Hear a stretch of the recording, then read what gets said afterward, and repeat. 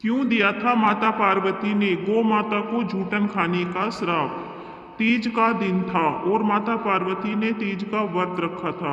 लेकिन जब पार्वती माता के व्रत खोलने का समय हुआ तब भगवान शिव को उनके साथ थोड़ी हंसी ठिठोली करने का मन हुआ और माता पार्वती को चिढ़ाने के लिए कहीं छिप गई। अब माता पार्वती के व्रत खोलने का समय था, इसलिए वह भगवान शिव को ढूंढ रही थी।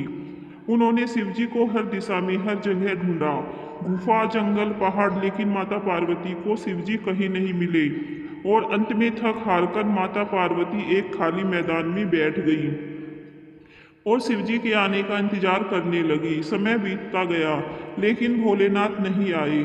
फिर माता पार्वती ने सोचा कि भगवान शिव तो समग्र सृष्टि के नाथ है, उन्हें कहाँ क्या हो रहा है सब पता होता है और ऐसे में वह पार्वती माँ को पूजा करते हुए भी जरूर देख लेंगे और अपने आप ही प्रकट हो जाएंगे। यह सोचकर माता पार्वती ने एक मिट्टी का शिवलिंग बनाया और उसकी पूजा करने लगी। और जैसा कि पार्वती माता ने सोचा था वैसे ही भगवान शिव यह सब कुछ अदृश्य होकर देख रहे थे और मन ही मन मुस्कुरा रहे थे। और जैसे ही माता पार्वती की पूजा संपन्न हुई, शिवजी वहां प्रकट हुए और माता पार्वती को चिढ़ाते हुए बोले, देवी आपने तो अकेले ही पूजा कर ली, आप मेरी प्रतीक्षा भी नहीं की, ऐसा क्यों। तब पार्वती जी ने कहा, हे प्रभु मैंने तो आपका बहुत इंतजार किया, लेकिन सूर्यास्त हो चुका था और रात होने वाली थी, इसलिए मैंने शिवलिंग बनाकर आपकी पूजा कर ली और अपना व्रत संपूर्ण किया। यह बात सुनकर शिवजी ने फिर ठिठोली करते हुए कहा, मैं तुम्हारी बात पर कैसे विश्वास कर लूं?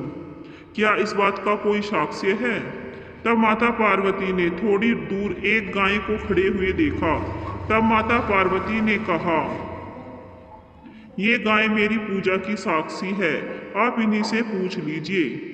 लेकिन वह गाय भी भोलेनाथ की यह हंसी ठिठोली के बारे में जानती थी, जिसकी वजह से जब शिवजी ने उन्हें माता पार्वती की पूजा के बारे में पूछा तब गाय ने नामी सर हिलाया और शिवजी ने हंसते हुए उनसे कहा कि वह बस उनसे थोड़ी हंसी ठिठोली कर रहे थे और वह सच जानते हैं।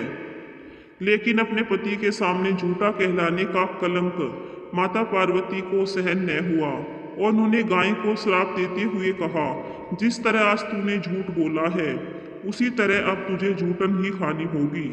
भले न तुझे अच्छे से अच्छा भोजन क्यों न मिले, लेकिन तू झूठन के पीछे भागेगी। यह सुनकर गौ माता बहुत बहुत ही दुखी हुई और तब शिवजी ने माता पार्वती को बताया कि उस गाय ने मेरे कहने पर ही झूठ बोला था और उसका इसमें कोई दोष नहीं है।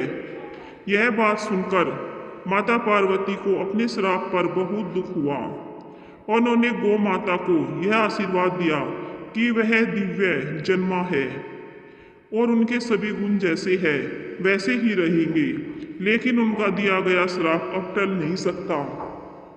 दोस्तों यह थी आज की कहानी। अगर आपको आज की ये वीडियो पसंद आई हो तो इसे लाइक करें और चैनल को सब्सक्राइब करें। धन्यवाद दोस्तों।